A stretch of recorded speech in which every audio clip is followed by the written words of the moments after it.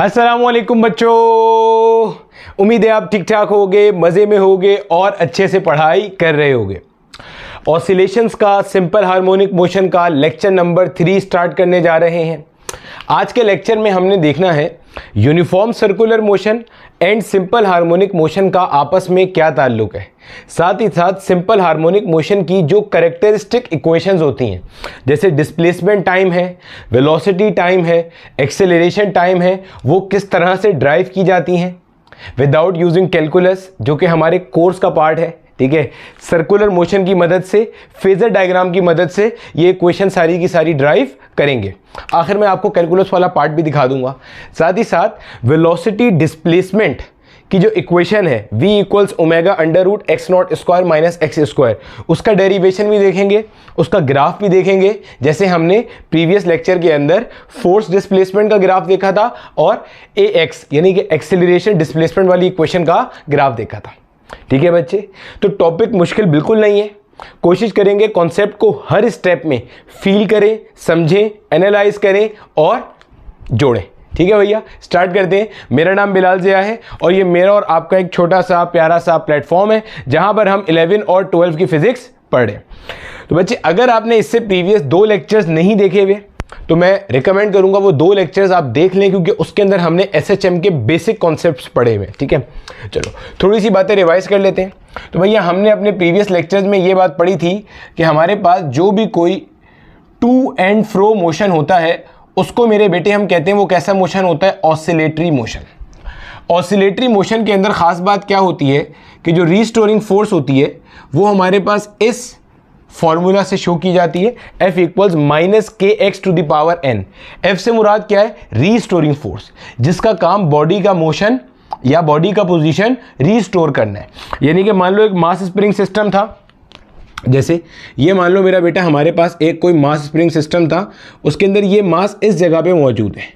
तो अगर आप इसको घसीट कर आगे लेके जाओगे तो ये फोर्स इसे यहाँ वापस लाना चाहेगी।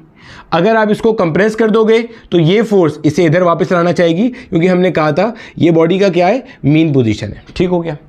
फिर मैंने कहा था ये जो n होता है, इस n से मुराद हमारे पास कोई भी ऑड इंटीजर हो सकता है, कोई भी ऑड नंबर हो सकता है, 1, 3, 5, 7, 9, कोई भी ऑड नंबर चलेगा।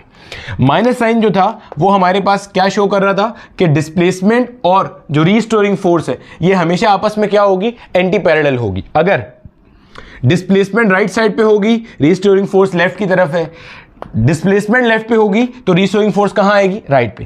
हमने कहा था इसका सिंपलेस्ट केस कब बनेगा, जब आप n का वैल्यू 1 पुट कर दोगे। तो यही होता है मेरा बेटा हमारे पास सिंपल हार्मोनिक मोशन।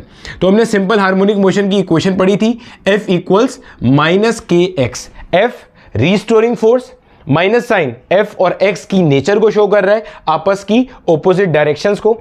K था फोर्स कांस्टेंट। ठीक है, अब अगर मास स्प्रिंग सिस्टम की बात करेंगे तो वहां पे ये जो फोर्स कांस्टेंट है ये स्प्रिंग कांस्टेंट कहलाएगा। किसी और ऑसिलेटरी सिस्टम की बात करेंगे जो एसएचएम परफॉर्म कर रहा है तो उसमें K कुछ और कैरेक्टरिस्टिक ऑफ द सिस्टम को शो कर रहा होगा। ठीक है, यहां तक की हम सारी बात कर चुके थे। फिर हम एक स्टेप आगे गए थे, हमने कहा था कि देखो भैया, सोच के देखो, अगर मैं इस मास को मेरे बच्चे आगे लेके जाऊं और छोड़ दूं तो ये मास ऐसे मूव करता हुआ under the action of restoring force यहां पे आने की कोशिश करेगा। तो जब ये मास यहां से यहां पे आ रहा होगा तो इसके ऊपर ये वाली फोर्स एक्ट कर रही है। जब ये फोर्स एक्ट कर रही है तो उसकी वजह से ये एक्सेलरेट करता हुआ आएगा, एक्सेलरेशन भी होगा इसके पास। तो न्यूटन के लॉ के अकॉर्डिंग मैं F की जगह पे यहाँ पे ma लिख सकता हूँ। तो ये बन जाएगा मेरे पास ma equal minus k x. m को वहां ले जाएंगे तो भाई साहब a will be equal to minus का k upon m into x. अब देखो, ये force constant of the system, m क्या है, mass of the system, k को m से डिवाइड कर दिया तो कांस्टेंट अपॉन कांस्टेंट। तो हमने कहा था यहां से हमारे पास एक कांस्टेंट और आता है और उसको हमने कहा था ओमेगा स्क्वायर। ठीक है, ओमेगा स्क्वायर इसलिए कहा था क्योंकि मेरे बच्चे, ओमेगा स्क्वायर इसलिए कहा था क्योंकि ये आपके पास हमेशा कांस्टेंट पॉजिटिव रहे। फोर्स कांस्टेंट और m, इनका जो भी डिवाइड करके आंसर हो, भले वो पॉजिटिव हो या नेगेटिव, स्क्वायर करने के बाद answer should always come out to be a positive entity, इसलिए इसके ऊपर क्या आ गया, स्क्वायर। वैसे आज के लेक्चर में हम फेजर डायग्राम से या अपने यूनिफॉर्म सर्कुलर मोशन और एसएचएम का जो रिलेशन पढ़ेंगे उससे हम ये एक्सप्रेशन भी ड्राइव कर लेंगे, जो हमने ऐसे करी हुई है, ठीक है। ये हमने पढ़ा था। तो हमने कहा था अगर इसको देखोगे तो भाई ओमेगा स्क्वायर तो कांस्टेंट है, तो a is directly proportional to -x। इसको मेरा बेटा हम कहते हैं हमारी characteristic equation of SHM। Characteristic equation क्या होती है? वैसे तो आज के लेक्चर में इसका मजीद फिलर आएगा, लेकिन थोड़ा सा आसानी के लिए देखो बच्चे, अगर आपने कभी भी देखना हो कि यार सामने से कोई चलता हुआ आ रहा है, वो इंसान है या नहीं, तो आपके दिमाग में कुछ चेकलिस्ट होगी जिसको आप चेक करोगे, यार ये चीज़ें इसके अंदर हैं, तो हम बोलेंगे ये इंसान है। हमारे जैसा दिखना चाहिए, थोड़ी सी आंखें दो हों, हाथ दो हों, पाँव हों। पॉइंट समझ में आ रहा है? कुछ जो खसूसियात होती हैं इंसानों की जिसको आप देख के पहचान लेते हो। अब अगर कोई जानवर चलता हुआ जा रहा है, कोई गधा जा रहा है, कोई शेर जा रहा है, कोई बंदर मूव कर रहा है, तो उसको आप देख के ये तो नहीं बोलते ना कि ये इंसान है, क्योंकि आपके जहन में जो एक खाका है, एक इमेज है इंसान का, ह्यूमन बींग का, कि यार ऐसा होता है ह्यूमन बींग, उससे वो मैच नहीं कर रहा होता। तो बिल्कुल ऐसे ही ये कैरेक्टरिस्टिक इक्वेशन है। समझना जरा, समझना। अभी तक आज का लेक्चर शुरू नहीं हुआ। अगर आपके पास कोई बॉडी ऐसे टू एंड फ्रो मूव कर रही है, तो क्या ये SHM भी परफॉर्म कर रही है या नहीं? देखो, हर टू एंड फ्रो मूव करती हुई बॉडी SHM तो नहीं परफॉर्म करती, ये तो तय है, क्योंकि simple harmonic motion oscillatory motion का एक सबसेट है, एक पार्ट है। जब आपने n को 1 पुट किया, ये बना सिंपल हार्मोनिक मोशन। अगर n3 होता, n5 होता, n7 होता, तो motion would have been oscillatory motion, लेकिन वो SHM होने वाला नहीं था। Getting my point? तो अब आपने अगर चेक करना है कोई भी ऑसिलेटरी मोशन करती हुई body simple harmonic motion perform कर रही है या नहीं, आपने सिंपल ये देखना है कि भाई वो उसका जो एक्सेलरेशन है और उसका जो डिस्प्लेसमेंट है वो इस तरह के रिलेशन में आ रहा हो या इस रिलेशन को ओबे कर रहा हो, a इक्वल्स -ω² इंटू x। इसको हम ऐसे भी लिख देते हैं कई दफा, a plus ω² x should be equal to 0। Relation जो है ना वो इस इक्वेशन को ओबे करना चाहिए, यानी कि उसका आप एक्सेलरेशन का जो भी वैल्यू निकालो, उसका आप x का जो भी वैल्यू निकालो, यहां डालो, तो left hand side should be equal to right hand side. अगर ये ट्रू बैठ रहा है तो आप बोलोगे हाँ भैया, ये आपने जिस ऑसिलेटरी बॉडी का एक्सेलरेशन निकाला है और उसका जो डिस्प्लेसमेंट निकाला है वो परफेक्टली SHM ओबे कर रहा हैगा। ये भी आगे चल के आपको और फील आएगा। फिर हमने देखा था मेरा बेटा कि ये जिस पॉइंट के अबाउट में आपकी body to and fro move कर रही होती है, इसको आप कहते हो मीन पोजीशन। मीन पोजीशन की खास बात हमने पढ़ी थी कि यहाँ पे नेट फोर्स आपकी क्या होती है? 0 होती है। अरे भैया, ये एक ऐसा पॉइंट है जिसको आप कहते हो point of equilibrium, equilibrium position, stable equilibrium point. अगर आपका मास यहां रखा था तो ये आगे या पीछे जाना नहीं चाह रहा था, आपको जबरदस्ती की मस्ती सूझी तो आप इसे यहां ले गए, फिर फोर्स इसे यहां लेकर आना चाह रही है, फिर आपने इसे कंप्रेस किया तो फिर ये यहां आना चाह रहा है। तो स्टेबल इक्विलिब्रियम पॉइंट वो होता है जहां पे net force acting on the body क्या होती है? 0 होती है। फिर हमने देखा था कि हमारे पास total mechanical energy of the system हमेशा कैसी रहती है? कांस्टेंट रहती है। और टोटल मैकेनिकल एनर्जी से मुराद थी हमारे पास kinetic energy plus potential energy. हाँ, ये हो सकता है कि किसी पॉइंट पे काइनेटिक ज़्यादा हो, पोटेंशियल मिनिमम हो, किसी पॉइंट पे पोटेंशियल मिनिमम हो, काइनेटिक ज़्यादा हो। हमने कहा था जब ये बॉडी ऐसे वाइब्रेट करेगी तो हर लम्हे sum of kinetic and potential energy will always remain constant. हमने ये माना हुआ है कि फोर्स ऑफ फ्रिक्शन सिस्टम में एक्ट नहीं कर रही है। सही हो गया? तो हमने देखा था मीन पोजीशन पे पोटेंशियल एनर्जी मिनिमम होती है और काइनेटिक एनर्जी मैक्सिमम होती है, क्योंकि वेलोसिटी यहां पे मैक्सिमम होती है। एक्सट्रीम पॉइंट्स के ऊपर जो यहां पे और यहां पे एक्सट्रीम पॉइंट्स होते हैं, यहां पे पोटेंशियल एनर्जी मैक्सिमम होती है जबकि काइनेटिक एनर्जी मिनिमम होती है। काइनेटिक एनर्जी 0 हो जाती है एक्सट्रीम पॉइंट्स पे। मीन पोजीशन पे पोटेंशियल एनर्जी मिनिमम होती है। मैंने ये नहीं कहा पोटेंशियल एनर्जी 0 होती है, हो सकता है 0 हो सकता है 0 ना हो, लेकिन ये तय है मीन पॉइंट पे potential energy will be minimum while kinetic energy will be maximum, क्योंकि स्पीड मैक्सिमम है। एक्सट्रीम पॉइंट पे v 0 होता है तो काइनेटिक एनर्जी 0 होती है, पोटेंशियल एनर्जी मैक्सिमम होती है। आगे इसके ऊपर एनर्जी कंजर्वेशन का पूरा एक लेक्चर है, उसमें मजीद ये बात क्लियर होगी। ठीक है, ये वैसे सारी बातें जो मैंने डिस्कस करी ये हम ऑलरेडी पढ़ चुके हैं। ठीक है भैया, इतना कुछ आपने रिवाइज कर लिया। ये लेक्चर 1 और 2 की हमारी छोटी सी समरी थी। अब आगे चलते हैं और आज के लेक्चर का आगाज करते हैं। सर आपने 7 मिनट तो यहीं ज़ाया कर दिए हमारे, चलो कोई बात नहीं, काम आएगा भैया। ठीक है, आज के लेक्चर का टारगेट क्या है? Uniform circular motion and simple harmonic motion का आपस में रिलेशन देखना है। ठीक है भैया, चलो ये मान लेते हैं भैया हमारे पास कोई एक सर्कल है। ठीक है, चलो देखो देखो देखो गौर से देखो मेरा बेटा, यहां पे हमारे पास कोई एक पार्टिकल है, ये मान लीजिए कोई एक पार्टिकल है जो कि यहां पे मौजूद है at time t equal 0। Time t equal 0 का मतलब है जब आपने देखना शुरू किया, जब आपने ऑब्जर्वेशन स्टार्ट की तो आपका पार्टिकल यहां पे मौजूद था। अब ये इस तरीके से रोटेट कर रहा है एंटी क्लॉकवाइज मैनर में और with a constant angular velocity. इसकी एंगुलर वेलोसिटी कैसी है? कांस्टेंट है। अरे भैया, अगर एंगुलर वेलोसिटी कांस्टेंट नहीं होगी तो यूनिफॉर्म सर्कुलर मोशन कैसे करेगा? पॉइंट समझ आ रहा है? आप क्या कह रहे हो? यूनिफॉर्म सर्कुलर मोशन कर रहा है। जब कोई body uniform circular motion perform करती है तो हमें ये बात पता है उसके पास जीरो एंगुलर एक्सीलरेशन होती है क्योंकि एंगुलर वेलोसिटी कांस्टेंट होती है। उसके पास टेंजेंशियल एक्सेलरेशन भी जीरो होती है क्योंकि लीनियर वेलोसिटी का मैग्नीट्यूड कैसा होता है? कांस्टेंट होता है। उसके पास सिर्फ और सिर्फ एक अदद सेंट्रीपिटल एक्सेलरेशन होती है, वो नॉन जीरो होती है। पॉइंट नजर आ रहा है ना सारा का सारा? बिल्कुल। AC will be equal to non zero. Point समझ में आ गया? सही है भैया। ये सारी बातें हम लोग ऑलरेडी कवर कर चुके हैं सर्कुलर मोशन के चैप्टर में तफसील से, अभी आगे भी आएगा। अब इसका सिंपल हार्मोनिक मोशन से क्या ताल्लुक है देखते हैं। भाई पार्टिकल यहां था, कुछ टाइम बाद मान लो पार्टिकल आपका यहां पे आ गया, घूमता फिर रहा है, कुछ टाइम बाद यहां आ गया, कुछ टाइम बाद यहां आ गया, फिर कुछ टाइम बाद यहां आ गया, फिर यहां आ गया। सर आगे नहीं जाएगा? जाएगा जाएगा, सब जाएगा। आपने क्या करना है? आपने इस पार्टिकल की प्रोजेक्शन देखनी है। प्रोजेक्शन आपने क्या करना है? आपने मेरा बेटा पार्टिकल की प्रोजेक्शन देखनी है, परछाई देखनी है, शेडो देखना है। ऐसे समझो, ऐसे मैं ऊपर से यहां कोई लाइट लगा देता हूं, लाइट ऐसे लाइट मार रहा हूं ऊपर से। जब लाइट मारूंगा तो मुझे इस एक्सिस के ऊपर, कौन सी एक्सिस पे? एक्स एक्सिस के ऊपर मुझे क्या देखनी है? इसका शेडो देखना है। देखते हैं जरा भैया, जब पार्टिकल यहां था, अच्छा मैं एक्सिस कौन सी एक्सिस पे देख रहा हूं? Projection on x axis. Sir y पे नहीं देख सकते? देख सकते हैं, सब देखेंगे, देखेंगे भी हम, ठीक है, सब करेंगे। कोई कॉन्सेप्ट का पार्ट हमने छोड़ना नहीं है, सब करेंगे, रट्टा भी नहीं मारेंगे, कॉन्सेप्ट को फील भी करेंगे, ठीक है। अभी प्रोजेक्शन किस पे ले रहे हैं? एक्स पे ले रहे हैं। तो projection on x axis, projection को बनाने का आसान तरीन तरीका, भाई आपने क्या करना है? जो आपका पार्टिकल P है, पार्टिकल से एक परपेंडिकुलर लाइन ड्रॉ कर दो। एक परपेंडिकुलर लाइन ड्रॉ कर दो। कहां पे? उस एक्सिस के ऊपर जिस पे आप प्रोजेक्शन कंसीडर कर रहे हो। मैं कहां पे कंसीडर कर रहा हूं? एक्स एक्सिस पे। तो भाई चेक कर लेते हैं। ये रहा, एक लाइन आ गई और लाइन कैसी है? परपेंडिकुलर है। ये बन गई मेरी प्रोजेक्शन। इसको मैं कहूंगा प्रोजेक्शन Q। ये पार्टिकल का नाम मैंने रखा हुआ है P। पार्टिकल का नाम क्या रखा है भाई? पार्टिकल P, जो कि सर्कुलर मोशन परफॉर्म कर रहा है विद कांस्टेंट एंगुलर वेलोसिटी। सही है। अब यहां पे भी देखो, यहां पे आ गया पार्टिकल P, प्रोजेक्शन चेक करनी है। प्रोजेक्शन कहां पे? On x axis.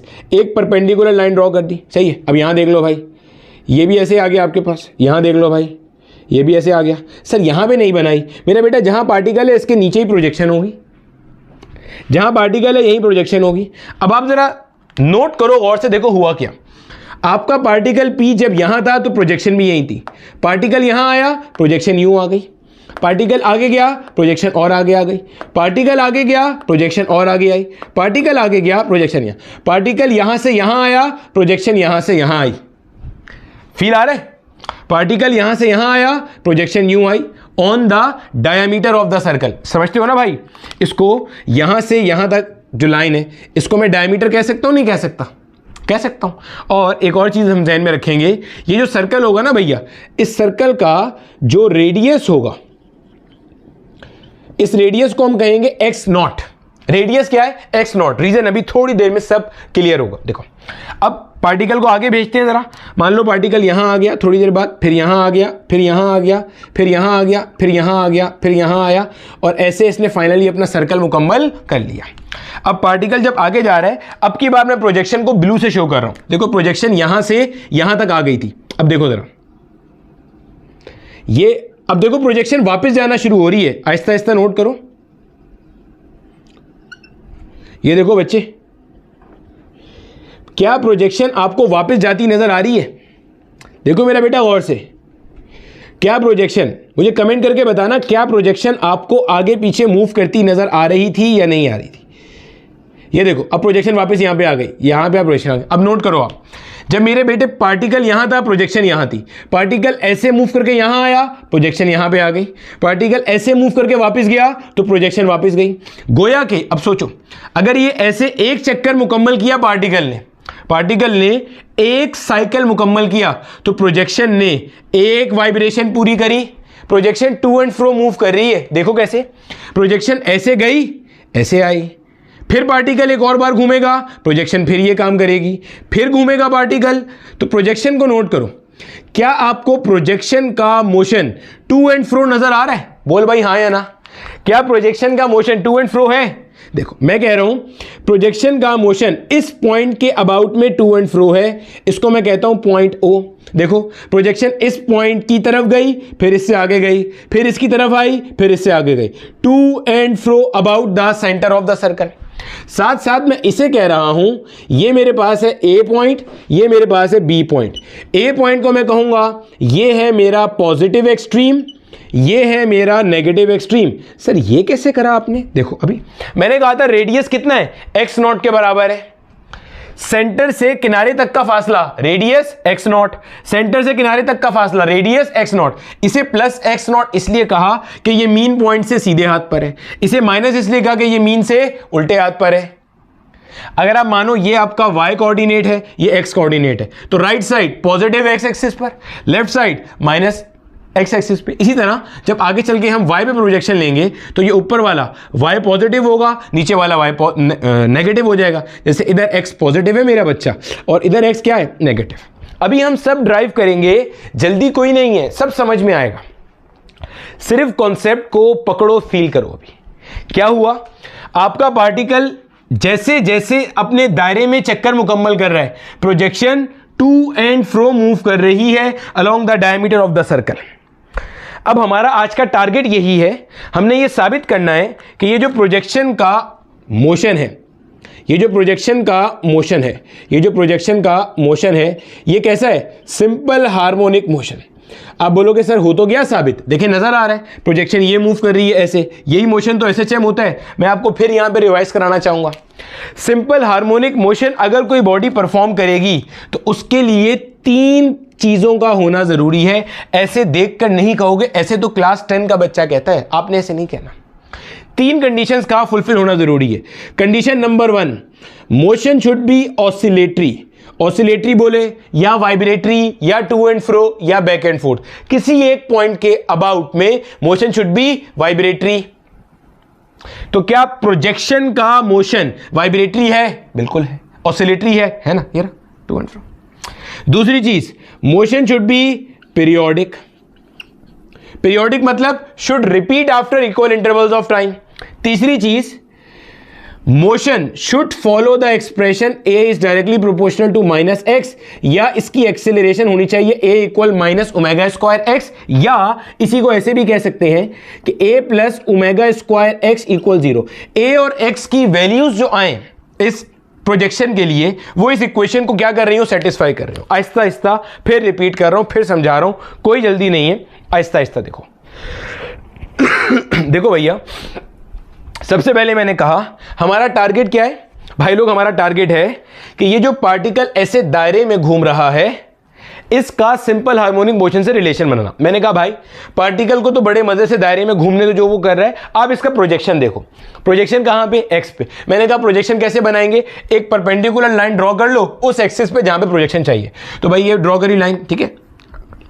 अब देखो पार्टिकल ऐसे गया, प्रोजेक्शन यहां से यहां आ गई, पार्टिकल ऐसे वापस आया, प्रोजेक्शन वापस गई। मैंने कहा पार्टिकल ऐसे ऐसे ऐसे ऐसे घूमता रहेगा तो प्रोजेक्शन यूं यूं यूं यूं यूं यूं मूव करती रहेगी। समझ आ गई बात की हमें, बेहतरीन हो गया। तो इसका मतलब आपने करना क्या है, आपने ये साबित करना है कि आपका जो प्रोजेक्शन है ये क्या परफॉर्म कर रहा है, सिंपल हार्मोनिक मोशन परफॉर्म कर रहा है। देखो पार्टिकल का मोशन नहीं साबित करना है, इसको जरा क्लियर कर लेना। बहुत सारे बच्चों को लगता है कि पार्टिकल एसएचएम कर रहा है। मेरे बच्चे पार्टिकल नहीं कर रहा, पार्टिकल तो सर्कुलर मोशन कर रहा है, आपको दिख रहा है ना, ये तो दायरे में घूम रहा है। And circular motion is not an oscillatory motion. तो आपने प्रोजेक्शन का मोशन साबित करना है। तो ये सारी बातें प्रोजेक्शन के लिए ट्रू करनी है, ये जहन में रखिएगा। तो ये चीज हमने ट्रू कर ली कि प्रोजेक्शन का मोशन क्या है, oscillatory, to and fro about a fix point नजर आ रहा है, वो क्या है, सेंटर ऑफ सर्कल। दूसरी चीज होनी चाहिए, मोशन शुड बी पीरियोडिक। अगर मैं कहूं कि हमने ये भी साबित कर लिया है, देखो कैसे। पीरियोडिसिटी का मतलब क्या होता है? एक मोशन का अपने आप को रिपीट करना after set intervals of time, after defined intervals of time. Check करते हैं, मैंने कहा था कि आपकी जो एंगुलर वेलोसिटी है ये कैसी होनी चाहिए भाई लोग? ये होनी चाहिए कांस्टेंट। एंगुलर वेलोसिटी के कांस्टेंट होने से क्या हुआ?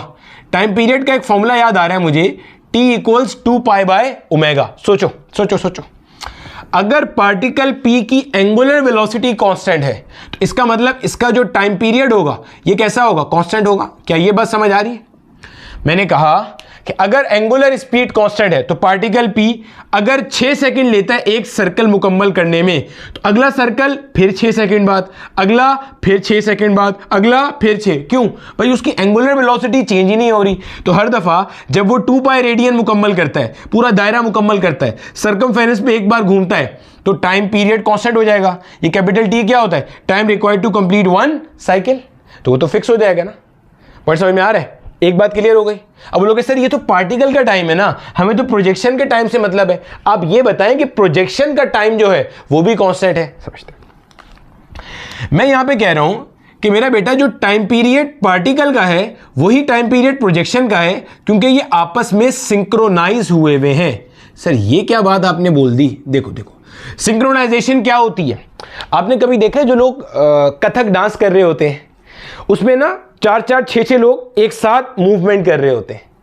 या आपने कभी ड्रिल देखी है, पासिंग आउट परेड देखी है मिलिट्री एकेडमी की, उसमें जो मार्च चल रहा होता है उसमें एक साथ पाँव उठाते हैं, एक साथ पाँव रखते हैं, एक साथ हाथ मूव करते हैं, एक साथ इधर देखते हैं, उधर देखते हैं, ऊपर नीचे जहां भी देखते हैं, सिंक्रोनाइज मैनर में होता है, सब कुछ साथ साथ होता है। तो यहां पे जब मैं कह रहा हूं time period of particle P और time period of projection Q synchronize है, इसका मतलब जब पार्टिकल P एक साइकिल मुकम्मल करेगा तो प्रोजेक्शन Q एक वाइब्रेशन मुकम्मल करेगी। अभी तो देखा आपने, देखो जब आपका पार्टिकल यहां से यहां पर आया तो प्रोजेक्शन भी यहां आई, ये आधा साइकिल हुआ प्रोजेक्शन का।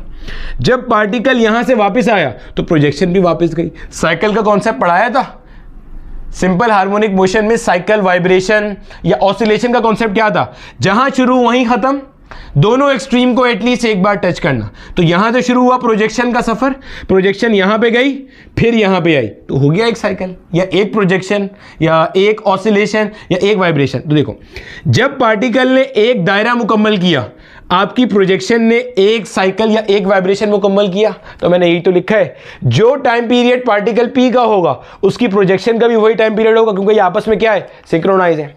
अगर आपने एंगुलर वेलोसिटी फिक्स कर दी, इससे पार्टिकल P का टाइम पीरियड कांस्टेंट हो गया, तो ऑटोमेटिकली आपका जो टाइम पीरियड है प्रोजेक्शन का ये भी कैसा हो गया? कांस्टेंट हो गया। इसका मतलब ये बात भी साबित हो गई मेरा बेटा कि आपके पास जो मोशन है प्रोजेक्शन का ये कैसा है? पीरियोडिक है। दो चीजें हो गई, हमें सिर्फ एक आखिरी चीज फॉलो करनी है कि प्रोजेक्शन की एक्सेलरेशन डिस्प्लेसमेंट के साथ डायरेक्टली प्रोपोर्शनल है और एक माइनस साइन आ रहा है जो ये बताएगा कि ए और एक्स का डायरेक्शन हमेशा आपस में क्या है? ऑपोजिट है। सही है भाई साहब? इतनी चीज अच्छे से देख लो। क्लियर हो गया? आपके पास प्रोजेक्शन यहां से आया यहां पर, फिर यहां से गया वापस वहां पर। जब प्रोजेक्शन यहां पर आया तब पार्टिकल ने आधा साइकिल किया था, जब प्रोजेक्शन वापस गया तो पार्टिकल साइकिल मुकम्मल कर चुका था। तो जैसे पार्टिकल ने अपना साइकिल मुकम्मल किया, प्रोजेक्शन ने भी वैसे किया। अगर हर 6 सेकंड में पार्टिकल एक बार घूमता है तो हर 6 सेकंड में प्रोजेक्शन भी वाइब्रेशन एक मुकम्मल कर लेगी। पहले 6 सेकंड में एक बार का मतलब है यूं यूं, ये एक बार है, ये दूसरी बार, तीसरी बार, चौथी बार। जितनी बार पार्टिकल सर्कल मुकम्मल करेगा उतनी बार प्रोजेक्शन भी हो जाएगी। क्लियर हो गया? अच्छा आगे देखो एक और चीज साथ ही साथ अच्छा मेरा बेटा एक चीज और ध्यान में रखिएगा, ये जो ओमेगा होता है जब आप सर्कुलर मोशन पढ़ते हो तो आप इसे कहते हो एंगुलर वेलोसिटी। एसएचएम के केस के अंदर हमने लास्ट टाइम भी डिस्कस किया था, ओमेगा को मेरा बेटा आप कहते हो एंगुलर फ्रीक्वेंसी ऑफ एसएचएम। क्या कहते हैं? Angular frequency of SHM. Sir angular frequency क्या है? समझना, एंगुलर फ्रीक्वेंसी से मुराद यह है मेरा बेटा कि आपने एक सेकंड में कितना साइकिल मुकम्मल किया। सोचो जरा, सोच के देखो, एक मिनट, थोड़ी देर में समझते हैं इसका मतलब। थोड़ी देर के लिए मान लो कि आपका पार्टिकल P यहां से यहां पर आया और टाइम लिया 1 सेकंड। क्या बोला? पार्टिकल P ऐसे सर्कुलर मोशन करता हुआ यहां आया 1 सेकंड में, तो गोया प्रोजेक्शन ने एक वाइब्रेशन 1 सेकंड में कर लिया होगा। ऐसे ही है। अगर ये 5 सेकंड तक मूव करे तो इसने कितने चक्कर काटे? 5 चक्कर।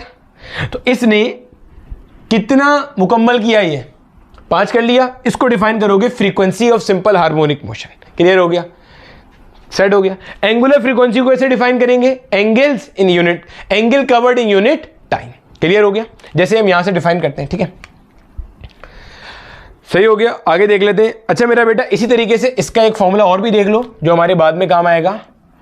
अगर मैं ओमेगा का वैल्यू यहां से निकालूंगा तो omega will be 2 pi by capital T. ये हो जाएगा 2 पाई मल्टीप्लाई बाय 1 बाई टी। ये जो 1 बाई टी होता है ना बच्चे, इसको आप कहते हो फ्रीक्वेंसी। ठीक है, ये है मेरा बेटा एंगुलर फ्रीक्वेंसी, ये है मेरे बच्चे लीनियर फ्रीक्वेंसी। ये बताता है कितना रेडियन एंगल कवर किया यूनिट टाइम में, ये बताता है कितना साइकिल कवर किया किसके अंदर, यूनिट टाइम में। 1 सेकंड में कितने साइकिल मुकम्मल किया, 1 सेकंड में कितना रेडियन एंगल कवर किया। क्लियर हो गया? कॉपी कर ले, आगे चलते हैं। वो जो आखिरी पॉइंट रहता है उसको ड्राइव करते हैं। अब देखो मेरा बच्चे, हम लोग जो है ना वो क्या करने लगे, फॉर्मूले ड्राइव करने लगे हैं और बाकी की चीज़ें इसी के अंदर प्रूफ करेंगे। मान लो भैया ये हमारे पास एक है हमारा मास स्प्रिंग सिस्टम, ठीक है,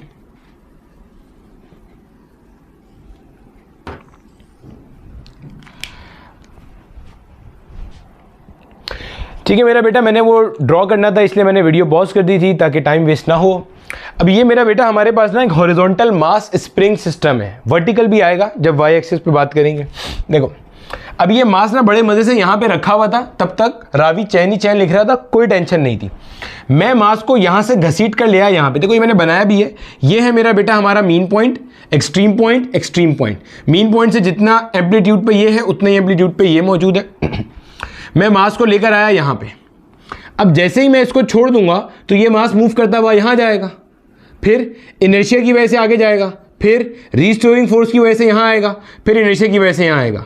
और चूंकि हम फ्री ऑसिलेशंस का कॉन्सेप्ट पढ़ रहे हैं, फ्रिक्शन नहीं है, तो अल्टीमेटली ऐसे ऐसे ऐसे ऐसे वाइब्रेट करता रहेगा। तो ये मैंने एक ही साइकिल के अंदर डिफरेंट पोजीशंस बनाई हैं। अच्छे से कोशिश करना कॉन्सेप्ट को फील करो। देखो जब मैंने कहानी शुरू करी तो at time t equals 0, at time t equal 0 जो मेरा पार्टिकल है ये कहां पर है, पॉजिटिव एक्सट्रीम पर है। अगर मैं डिस्प्लेसमेंट रिवाइज करूं, डिस्प्लेसमेंट हमेशा हम कहां से नापते हैं, फ्रॉम द मीन पोजीशन। तो भैया ये मीन पोजीशन है, आपका पार्टिकल डिस्प्लेसमेंट, उसकी जो डिस्प्लेसमेंट है ऐसे, ये रही ये डिस्प्लेसमेंट है, ये बनी हुई। ठीक हो गया? पार्टिकल कहां पे है, एट द पॉजिटिव एक्सट्रीम। जहन में रहेगी ये बात हमारे पास, ये ऐसे आ गया। ठीक है भैया, ये चीज बन गई। अब जैसे ही इसको छोड़ूंगा ये ऐसे आएगा, फिर यहां जाएगा, फिर यहां आएगा, फिर यहां आएगा। समझ आती है? अच्छा एक और चीज नोट कर लो अब जरा। मेरा बेटा जो आपका पार्टिकल था वो एट टाइम टी इक्वल 0 यहां पे मौजूद है। अगर मैं आपसे पूछता हूं ये पार्टिकल अपना एक चक्कर मुकम्मल करने के बाद वापस यहां पर आता है तो टाइम क्या होगा जब वो वापस यहां पे आएगा? तो आप बोलोगे सर जो टाइम होगा वो कैपिटल टी के बराबर होगा। यही होगा ना। टी क्या चीज होती है? T is time period. Time period को कैसे डिफाइन करते हैं?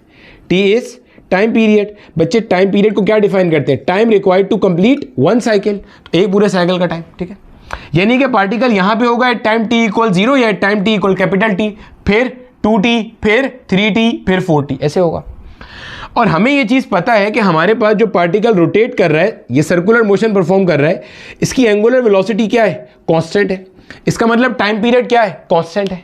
अब सोचो जरा, अगर मैं कहता हूं इसका टोटल टाइम कांस्टेंट है, मैं उसे 4 हिस्सों में तकसीम कर लूं तो पार्टिकल यहां से यहां जब आएगा तो टाइम t/4 लगेगा।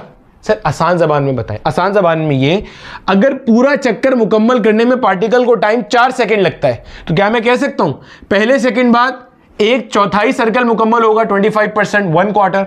अगले 1 सेकंड बाद यहां, फिर 1 सेकंड बाद यहां, फिर 1 सेकंड बाद यहां। अरे भैया 4 सेकंड में पूरा मुकम्मल हो रहा था तो 1 सेकंड बाद यहां, फिर 1 सेकंड बाद, यानी कि कुल मिला के 2 सेकंड हो गए, फिर 1 सेकंड बाद यानी कि कुल मिला के 3 सेकंड, फिर 1 सेकंड बाद यहां। तो उसी के अंदर ये बात कर दी। टोटल टाइम कैपिटल टी, तो t/4 यहां वाला जो टाइम होगा, इधर वाला जो टाइम होगा वो मैं कहूंगा t/4 प्लस t/4 होगा, यानी कि 2t/4 हो जाएगा। यानी कि 2t/4 को मैं ऐसे t/2 लिख सकता हूं कि t/2 में पार्टिकल यहां, फिर यहां के लिए 3 बार हो जाएगा यानी कि 3t/4, फिर यहां के लिए 4t/4 हो जाएगा, 4 से 4 मर जाएगा तो t आ जाएगा। तो time time t equal 3t/4 में पार्टिकल यहाँ, टाइम t इक्वल्स t/2 में पार्टिकल यहाँ। अब जहन में रखिएगा जब मैं बार बार ऐसे लिखूंगा, ठीक है। और टाइम t इक्वल t/4 में पार्टिकल यहाँ होगा। समझ आती है बात की? ये हम जहन में रखेंगे बात। बिल्कुल यही काम करना है अपने यहाँ पे। पार्टिकल टाइम t इक्वल 0 पे यहाँ था, फिर यहाँ आया, फिर यहाँ, फिर यहाँ, फिर यहाँ। सही है। देखो t इक्वल 0 पे आपका पार्टिकल पॉजिटिव एक्सट्रीम पर है, t/4 पे यहाँ आएगा, 2t/4 पे यहाँ आएगा, फिर 3t/4 पे यहाँ आएगा, फिर 4t/4 पे यहाँ आएगा। तो यही सब चीज़ मैं यहाँ पे आपको ड्रॉ करके दिखा रहा हूँ। टाइम t इक्वल्स t/4 पे आपका पार्टिकल यहाँ से यहाँ आ गया, वो यहाँ बना हुआ है। फिर टाइम t इक्वल 2t/4 या कह दो t/2, यहाँ से यहाँ t/4, फिर ये t/4, तो मिला के कितना हुआ 2t/4, ये आ गया आपका पार्टिकल। फिर 3t/4 पे आपका पार्टिकल यहाँ से वापस यहाँ आ गया। फिर टाइम t इक्वल 4t/4 या t के ऊपर आपका पार्टिकल वापस यहाँ पे आ गया। ठीक हो गया। ये सब चीज़ हमने जहन में रखनी है अपने पास। और जब पार्टिकल आपका यहाँ पे, तो मेरा बेटा उस वक्त इसकी डिस्प्लेसमेंट क्या है, 0, क्योंकि मीन पॉइंट पे आ गया। जब पार्टिकल आपका यहाँ पे आ गया, इस वक्त में इसकी डिस्प्लेसमेंट क्या आ रही है, x इक्वल -x0, क्योंकि नेगेटिव एक्सट्रीम पे आ गया। फिर पार्टिकल यहाँ पे आ गया, तो भाई साहब इसकी डिस्प्लेसमेंट 0 हो गई। फिर पार्टिकल यहाँ आ गया, तो मेरा बेटा यहाँ पे आप नोट करो, ये पॉजिटिव x0 पे आ गया। तो आप देखोगे तो आपको साफ साफ ये बात नजर आएगी कि हॉरिजॉन्टल मास स्प्रिंग सिस्टम वही काम कर रहा है जो यहाँ पे आपका प्रोजेक्शन कर रहा है, जो हमने x एक्सिस पे लिया हुआ है। अगर मैं प्रोजेक्शन भी यहाँ ड्रॉ कर लूँ तो मेरा बेटा प्रोजेक्शन कहाँ पे ली हुई है, x एक्सिस पे। प्रोजेक्शन स्टार्ट में यहाँ पर है, जब पार्टिकल यहाँ पे आ जाएगा तो प्रोजेक्शन यहाँ बनेगी, जब पार्टिकल यहाँ आएगा तो प्रोजेक्शन यहाँ आएगी। देखो स्टार्ट में प्रोजेक्शन यहाँ है, तो अगर मैं प्रोजेक्शन का डिस्प्लेसमेंट निकालूं, डिस्प्लेसमेंट कहाँ से लेते हैं, मीन से, तो भाई ये फासला होगा ऐसे, यही बन रही। देखो पॉजिटिव x0 आ रही है। जब आपका पार्टिकल यहाँ आ गया तो प्रोजेक्शन यहाँ हो गई, मीन पॉइंट पे आ गई, यानी डिस्प्लेसमेंट 0 हो गई। देखो वही चीज़ है। जब पार्टिकल यहाँ पे आ गया तो प्रोजेक्शन यहाँ से यहाँ आ गई, यानी डिस्प्लेसमेंट ऐसे हो जाएगी -x0। देखो ये चीज़ है। जब पार्टिकल यहाँ आ गया, फिर जो आपकी प्रोजेक्शन है वो यहाँ पे होगी, यानी डिस्प्लेसमेंट विल बी 0। जब पार्टिकल यहाँ आ गया, फिर प्रोजेक्शन क्या हो जाएगी, +x0। क्लियर हो गया। यानी कि जो हॉरिजॉन्टल मास स्प्रिंग सिस्टम है उसी को मैं यहाँ पे शो कर रहा हूँ। यही चीज़ अभी हमें आगे नजर भी आएगी। ठीक है। चलो अब भैया हमने करना क्या है, इसको तो पहले भाई साहब इधर ले आओ। अब मेरा बेटा हमने करना ये है, ये पार्टिकल था हमारा, ये ऐसे मूव कर रहा है विद सर्टेन एंगुलर वेलोसिटी, और कुछ टाइम बाद ये यहाँ पर आ गया। ठीक है, यहाँ पे आ गया बच्चे ये। अब अगर मैं इसकी बात करता हूँ, ये आ गया यहाँ पे। अगर मैं यहाँ पे इसकी प्रोजेक्शन ड्रॉ करूँ सबसे पहले तो मेरा बेटा जो प्रोजेक्शन है वो यहाँ पे x एक्सिस के ऊपर इस तरीके से रिप्रेजेंट हो रही होगी, ऐसे ही है। ये जो मेरे पास ये है, इसको मैं x0 कहूँगा। ये पूरा डिस्टेंस x0 के बराबर है। क्यों सर? इसलिए कि मेरा बेटा जो सर्कल है, इस सर्कल का जो रेडियस हमने कंसीडर किया है, जो रेडियस है r, वो किसके बराबर है, x0 के बराबर है। ठीक है। और यहाँ पे कुछ एंगल बन रहा है, इस एंगल को मैंने नाम दे दिया थीटा का। एक चीज़ और समझ लीजिए, ये थीटा क्या चीज़ होता है मेरा बेटा, थीटा जो है ना वो आपके पास कहलाती है एंगुलर डिस्प्लेसमेंट। बच्चे ये सब चीज़ें रिवाइज करना ज़रूरी इसलिए, वरना आपको डेरिवेशन में प्रॉब्लम होना शुरू हो जाएगा।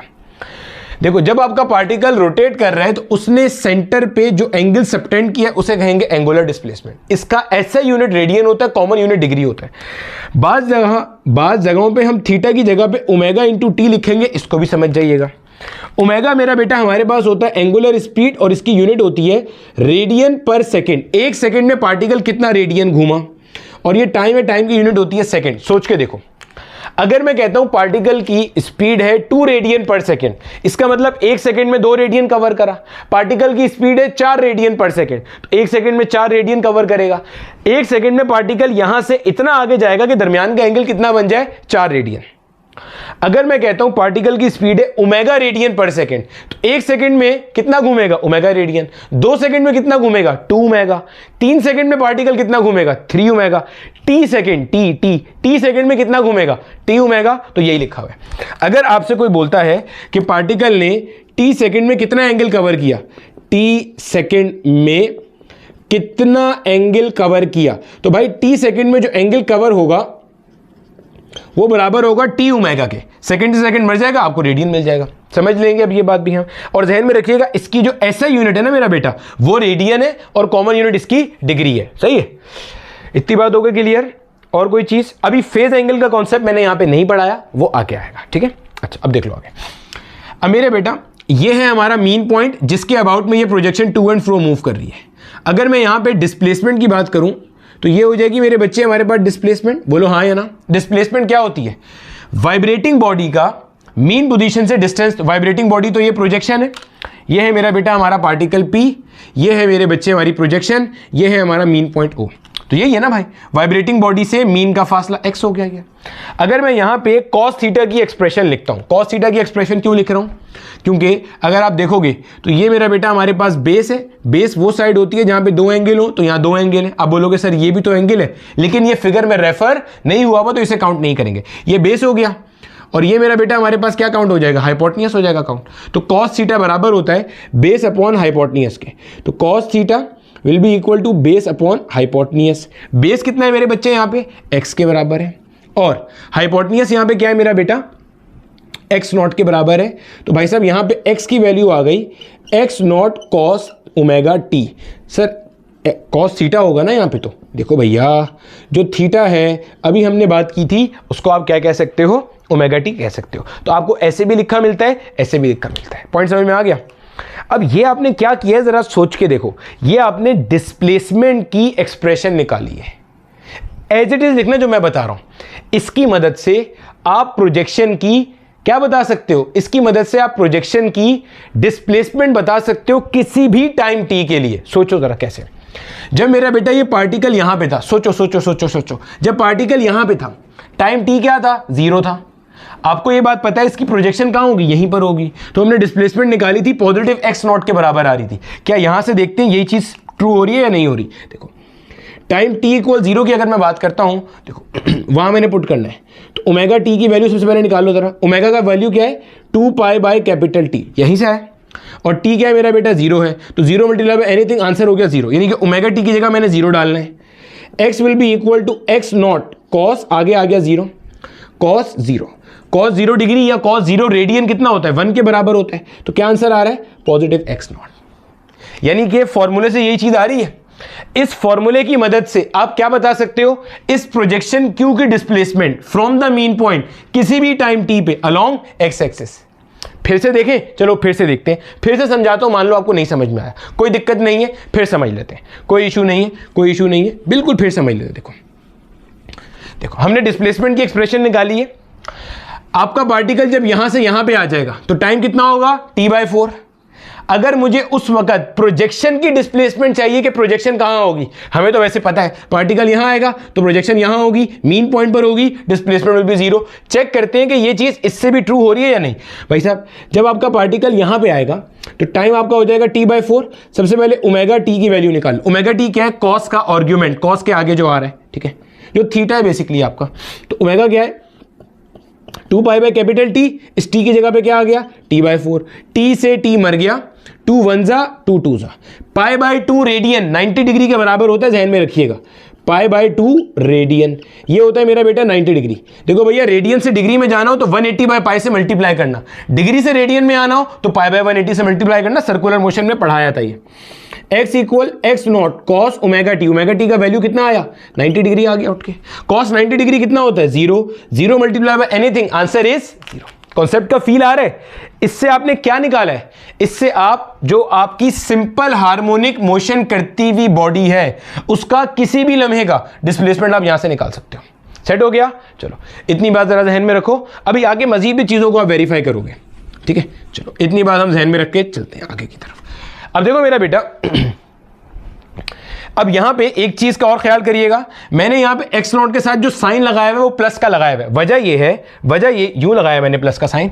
बच्चे जब आप इसको रिजॉल्व करोगे ना इसके कंपोनेंट्स को, तो यहां पे आपके पास ये जो x कंपोनेंट आएगा इसका वो ऐसे आएगा, और ये कौन सी साइड है? प्लस x वाली साइड है, इसलिए मैंने यहां पे इसे क्या लिया है? पॉजिटिव लिया है। अब आपके जहन में ये आ सकता है कि सर जब पार्टिकल यहां पे आएगा तब जब हम इसके कंपोनेंट रिजॉल्व करेंगे तो यहां आएगा, तो कोई परेशानी नहीं। आपने एक बार निकाल लिया, फर्दर एंगल्स के लिए ये ऑटोमेटिक काम होता रहेगा, खुद ही होता रहेगा, आपने कुछ नहीं करना होगा, इसको यहां पे कुछ भी नहीं करना होगा। वैसे आपके कॉन्सेप्ट को अच्छा करने के लिए बता देता हूं, ये जो ट्रिग्नोमेट्रिक फंक्शन है ये उसका मामला खुद निपटाता रहेगा। ट्रिग्नोमेट्रिक फंक्शन में देखोगे तो ये पहला क्वाड्रेंट, ये दूसरा, ये तीसरा, ये चौथा क्वाड्रेंट। पहले और चौथे क्वाड्रेंट में cos थीटा पॉजिटिव होता है, तो वहां पे हमेशा आपका आंसर यही आएगा। दूसरे और ये इधर तीसरे क्वाड्रेंट में cos थीटा नेगेटिव होता है तो एक नेगेटिव साइन ऑटोमेटिकली जनरेट हो जाएगा। तसल्ली के लिए मैं आपको टाइम t इक्वल t/2 पे जरा इसकी डिस्प्लेसमेंट निकाल के दिखा देता हूं। देखो टाइम t इक्वल t/2 पे, यानी कि मैंने ये पता करना है जब पार्टिकल यहां पे आ गया तो प्रोजेक्शन कहां होगी, मुझे इससे साबित करके दिखाओ और ये भी साबित करो कि नेगेटिव साइन आ रहा है या नहीं आ रहा। क्यों? देखो सोचो सोचो सोचो, कॉन्सेप्चुअल बातें चल रही हैं सारी।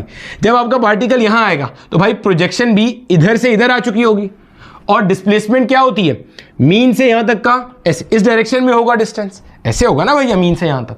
तो ये कौन सा एक्सिस है, नेगेटिव एक्स एक्सिस है। अब देखो मैंने कहा ये जनरल फॉर्मूला है, हर दफा बताएगा, तो इसका मतलब माइनस साइन भी आना चाहिए यहां से। तो अब जरा देख लेते हैं यहां से करके, x will be equal to x not cos omega t. अब यहीं पे सॉल्व कर लेता हूं ओमेगा टी को मैं।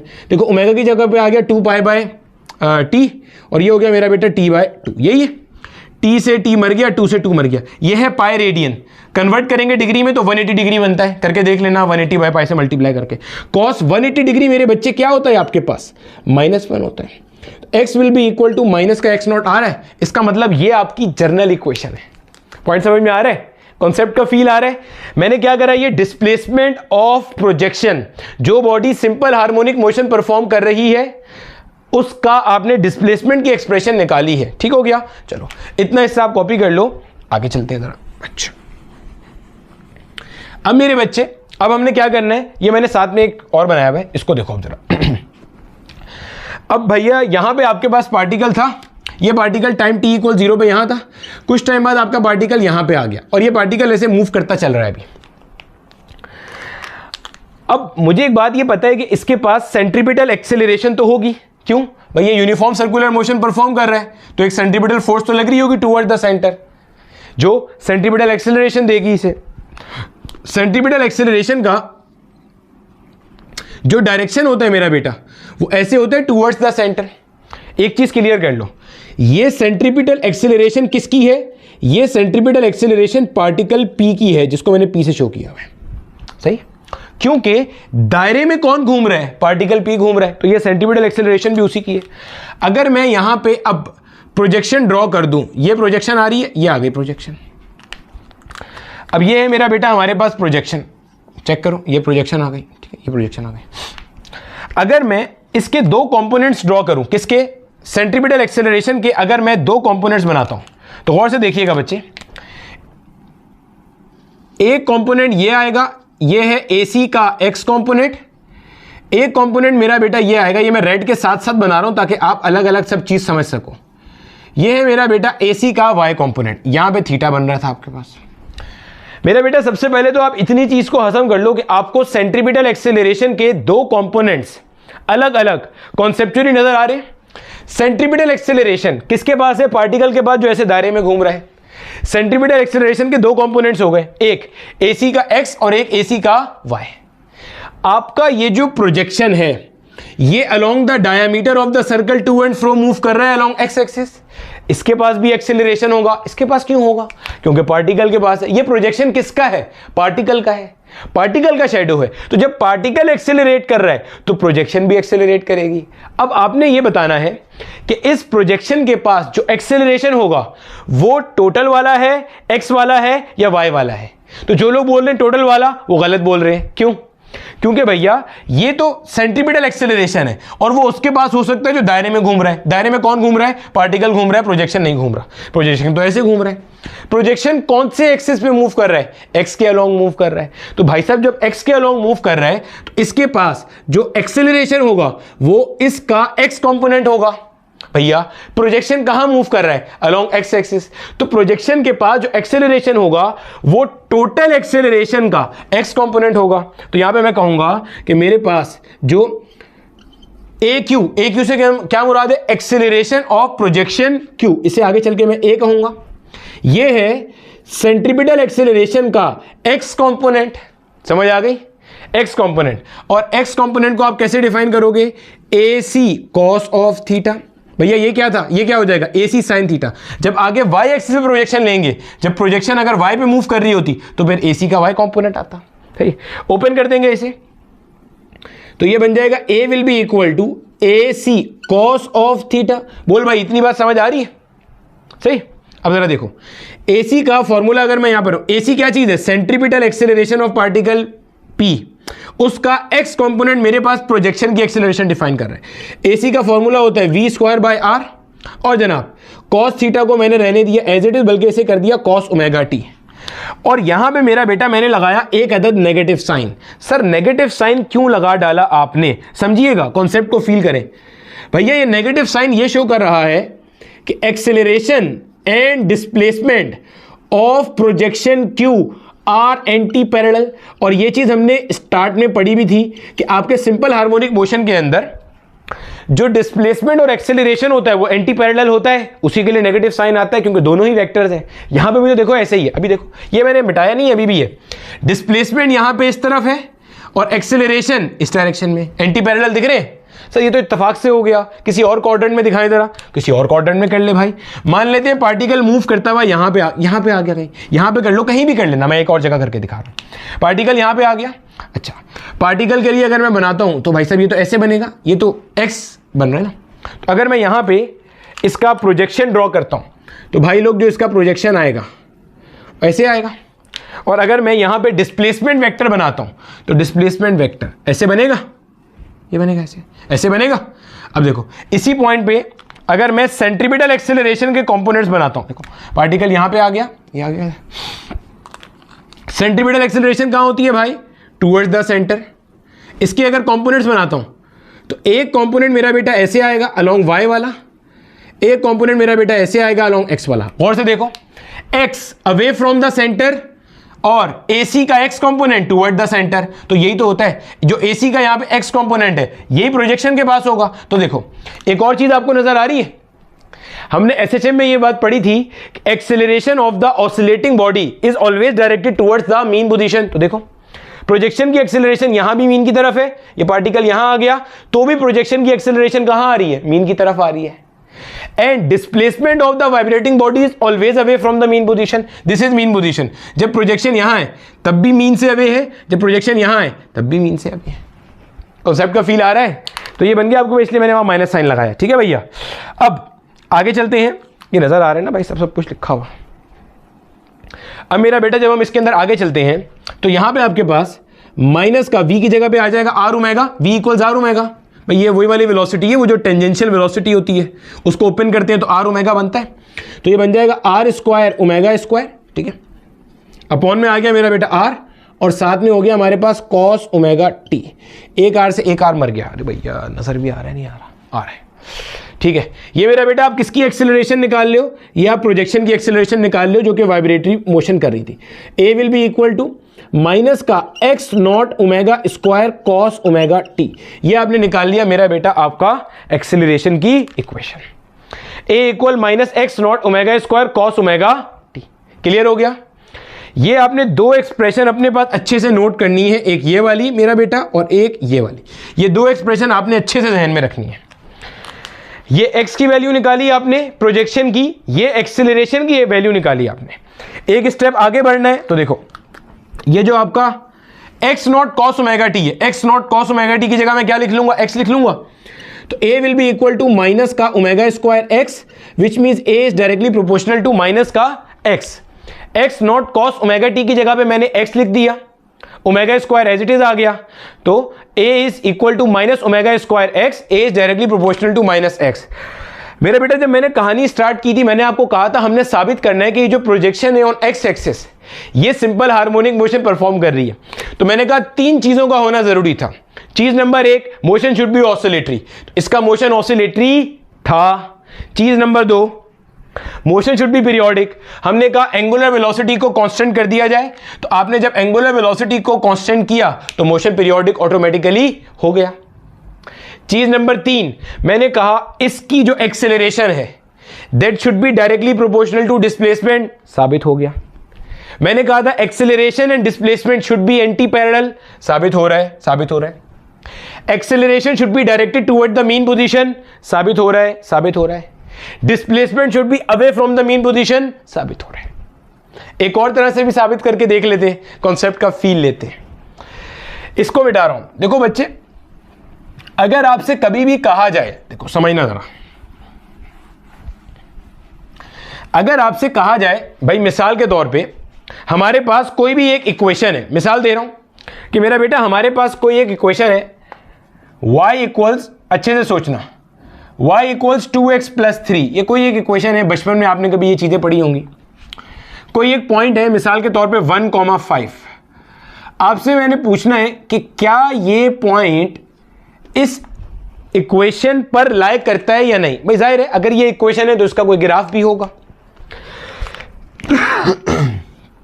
ऐसे अगर मैं करता हूं तो भाई इसका ऐसे कोई ग्राफ भी बना हुआ होगा यकीनन, ऐसे जा रहा होगा कोई ग्राफ, ठीक है, कोई ग्राफ होगा इसका यकीनन। अब आपने ये बताना है कि भाई ये जो पॉइंट है 1,5 यकीनन यहाँ कहीं पे होगा। आपने बताना है क्या यहाँ कहीं पे आपका 1,5 लाई करता है या नहीं करता। बचपन में हम क्या किया करते थे वही काम अभी भी करेंगे। आप क्या करोगे, ये इक्वेशन लोगे, इसके अंदर वैल्यूज पुट करके देखोगे। आप बोलोगे सर y का वैल्यू क्या दिया आपने, 5 दिया, x का वैल्यू क्या दिया है, 1 दिया।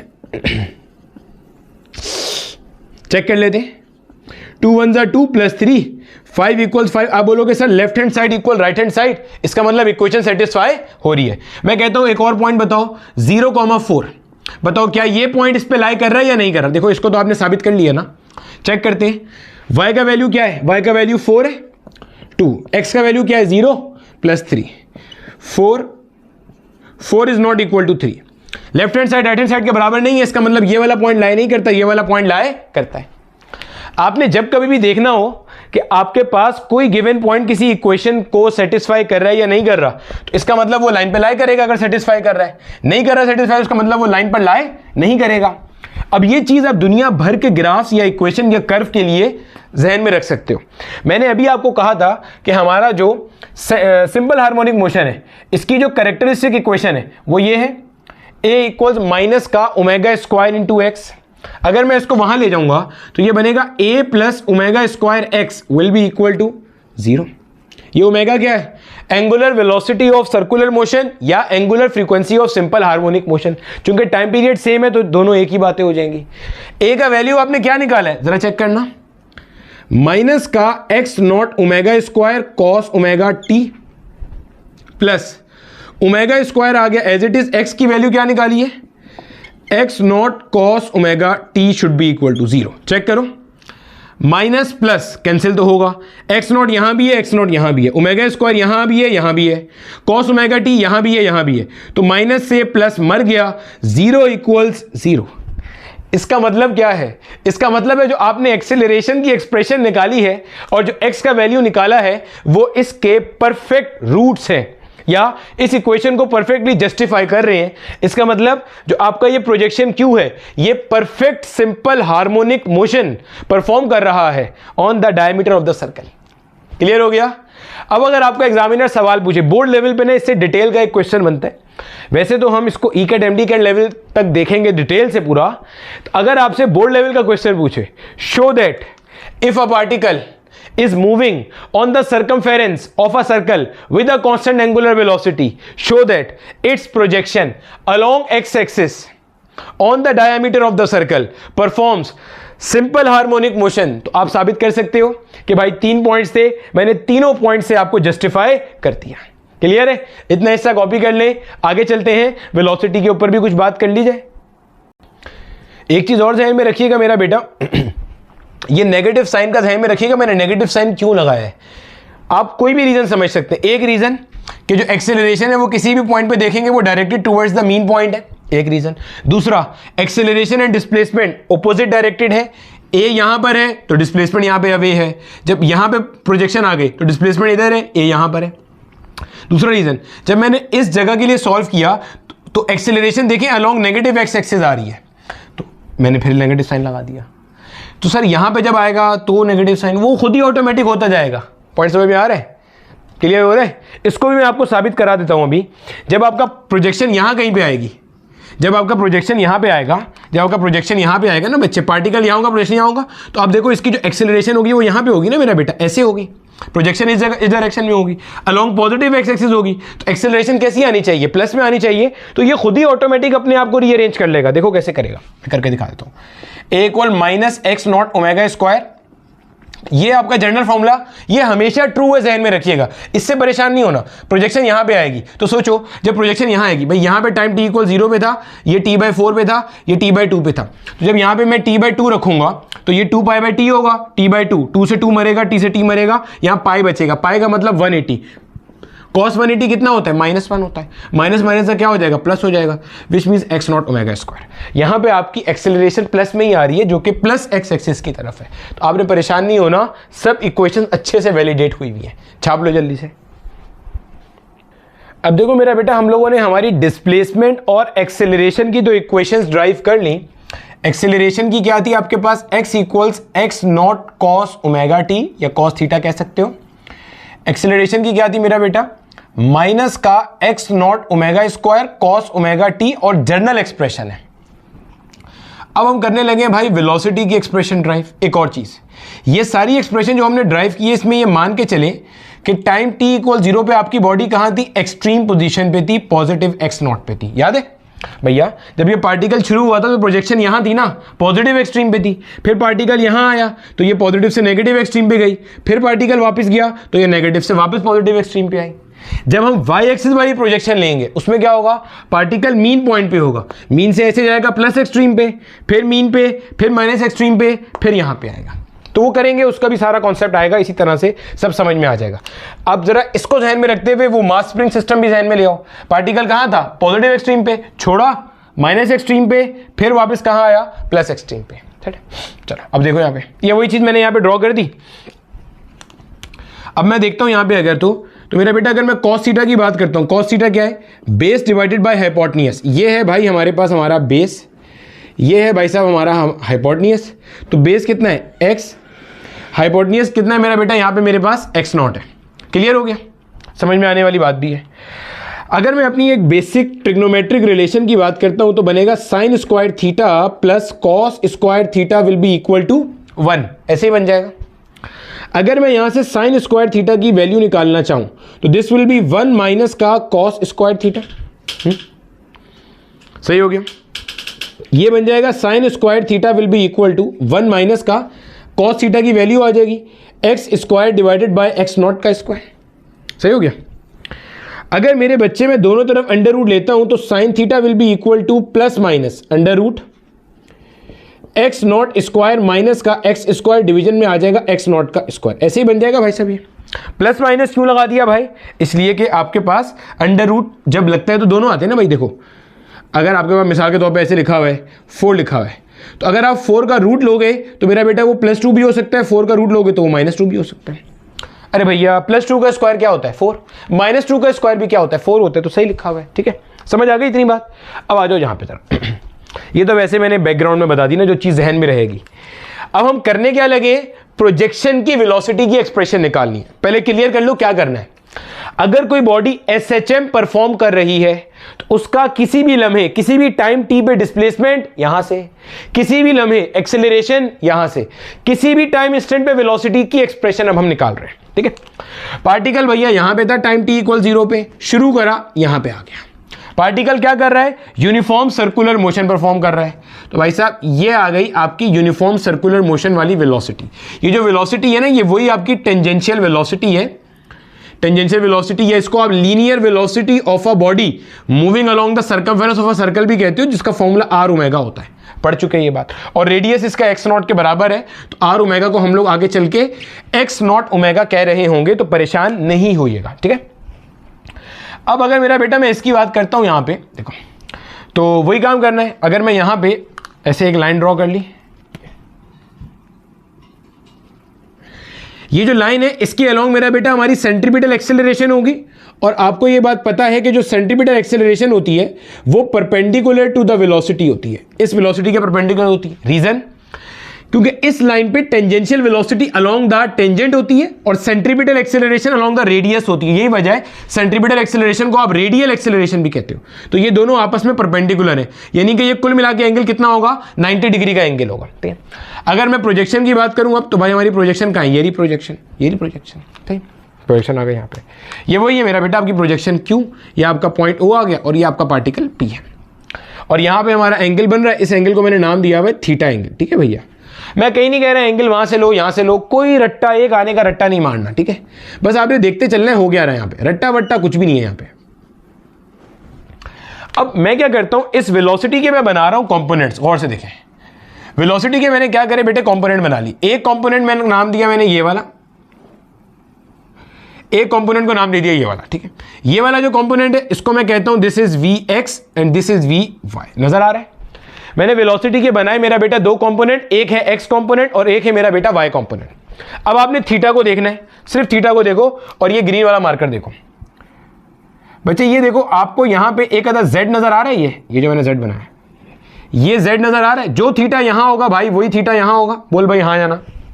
अरे भैया जेड वाला थीटा हमेशा एक बराबर होता है, ऐसे ही होता है, जो थीटा यहां वही थीटा यहां।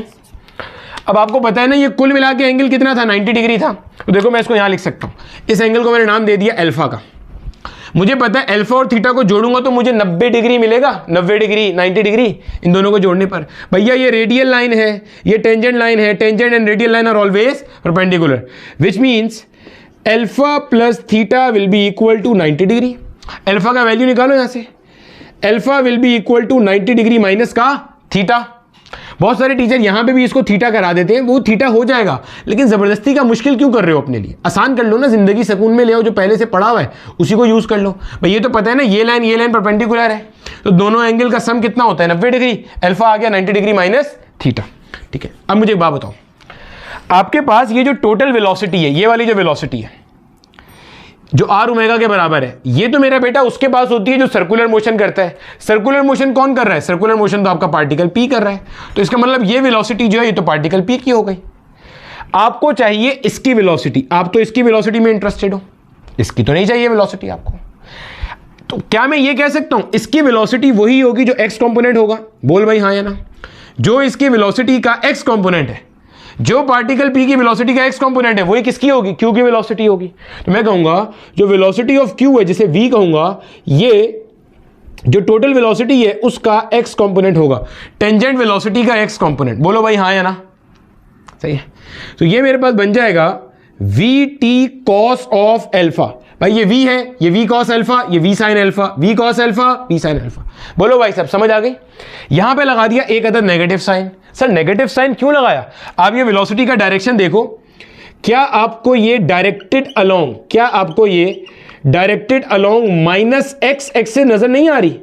भैया ये क्या है प्लस एक्स, ये क्या है माइनस एक्स। वेलोसिटी कहां है, इस डायरेक्शन में है। और यहां से भी आपका जनरल फॉर्मूला आएगा, परेशानी की कोई बात नहीं है, अभी मैं आपको साबित करूंगा ये सब चीजें। माइनस साइन क्यों लगाया? क्योंकि velocity is along negative x axis. जैसे इससे पीछे मैंने एक ही एक्सप्रेशन में माइनस लगाया था, क्योंकि जो एक्सेलरेशन ऑफ क्यू था वो नेगेटिव एक्स के अलोंग था। डिस्प्लेसमेंट की डायरेक्शन में नहीं लगाया था क्योंकि वो अलोंग पॉजिटिव एक्स था। खोल के देख लो, आपके पास लिखा हुआ होगा। ये आ गया, ओपन कर लेंगे इसे, तो v will be equal to minus v t की जगह पे आ गया मेरे पास, वो ऊपर निकाला हुआ है एक्स नॉट ओमेगा और कॉस एल्फा। एल्फा कितना है भाई? एल्फा है 90 डिग्री माइनस थीटा। ऐसे भी आंसर लिख सकते हो, ज्यादातर जगहों पे ऐसे नहीं लिखा होता। कैसे लिखा होता है देखो, अगर मैं cos 90 डिग्री माइनस थीटा को सॉल्व करूं, हमारे पास एक फॉर्मूला होता है मेरा बेटा cos अल्फा माइनस बीटा का। ये लिख भी देता हूं मैं formula, cos alpha minus beta. Formula है cos alpha cos beta, minus है तो यहां प्लस आ जाएगा, sin alpha sin of beta. सही है, सिंप्लीफाई करेंगे। cos अल्फा ये अल्फा है, cos बीटा माइनस है तो प्लस आ गया, sin अल्फा और sin बीटा। ठीक है, ये तो हो गया जीरो क्योंकि cos 90 जीरो होता है, sin 90 1 होता है। ओवरऑल आंसर किसके बराबर है? sin theta. मैं डायरेक्टली भी कह सकता था ये थीटा के sin थीटा के बराबर है, लेकिन मैंने सॉल्व करा दिया। अब इसकी जगह पे भाई साहब हम लोग क्या करने लगे, ये sin थीटा पुट कर देंगे इस पूरे की जगह पे, तो ये बन जाएगा v will be equal to minus का x नॉट ओमेगा और इसकी जगह पे आ जाएगा sin थीटा, तो ये बन जाएगा sin ओमेगा टी, क्योंकि थीटा की जगह पे you can write as sin omega t. तो माइनस का x not omega sin omega t, ये है मेरा बेटा हमारा जनरल फॉर्मूला वेलोसिटी का। अब आपको लगेगा सर ये, मुझे पता है आपके जहन में जो क्वेश्चन आ रहा होगा वो ये आ रहा होगा, देखिए सर अभी तो प्रोजेक्शन आपकी यहां से शुरू हुई है ना, इधर से तो प्रोजेक्शन का वेलोसिटी का डायरेक्शन यहां हमें भी समझ में आ रहा है, यहां जब प्रोजेक्शन यहां आ जाएगी तो ठीक है, लेकिन जब प्रोजेक्शन वापस जाना शुरू होगी, सोचो हो सकता है आपके जहन में आ रहा हो कि सर जब पार्टिकल ऐसे मूव करके यहां आया तब तक तो ठीक है, वेलोसिटी का डायरेक्शन यहां पे था और हमें ये बात पता है ये नेगेटिव एक्स के अलोंग है, तो आपने माइनस साइन लगाया। लेकिन जब पार्टिकल अपना second half of the circle मुकम्मल करेगा तो प्रोजेक्शन वापस जाएगी, तो वेलोसिटी ऐसी होगी, तो ये माइनस साइन का क्या होगा? भैया टेंशन की कोई बात नहीं है, ये जो फॉर्मूला निकाला है ये जर्नल है, माइनस साइन खुद ब खुद सॉल्व हो जाएगा। एक पहले आपको टेक्निकल आंसर देता हूं, फिर करके दिखाता हूं। पहले टेक्निकल आंसर सुनो। टेक्निकल आंसर क्या है आपके पास? हमने बेसिक मैथ्स के अंदर भी ये काम पढ़ा है, all silly Tom cats add sugar to coffee, ये चीज पढ़ी थी, ये चीज ऐड शुगर टू कॉफी या ऑल सिली टॉम कैट्स, ये सब पढ़ाया था मैंने। पहले दो क्वाड्रेंट में आपका साइन थीटा होता है पॉजिटिव, आखिरी दो क्वाड्रेंट में साइन थीटा होता है नेगेटिव। जब पार्टिकल वापस जाएगा तो थीटा आखिरी के दो क्वाड्रेंट में होगा, साइन थीटा नेगेटिव आएगा, तो एक नेगेटिव पहले से है, वी ऑटोमेटिकली क्या हो जाएगा? पॉजिटिव हो जाएगा। पॉइंट समझ में आ रहा है? नहीं तो देख लो भाई, मान ले तो आपका पार्टिकल यहां पे था, पार्टिकल यहां पे आ गया। जब आपका पार्टिकल यहां पे है,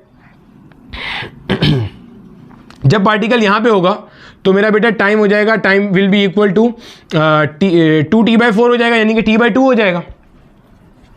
जब पार्टिकल यहां पे आएगा तो 2t/4 और 3t/4 के दरमियान में हो जाएगा। करके देख लो जरा, मैं आपको इसका डायरेक्शन भी निकाल के दिखाता हूं।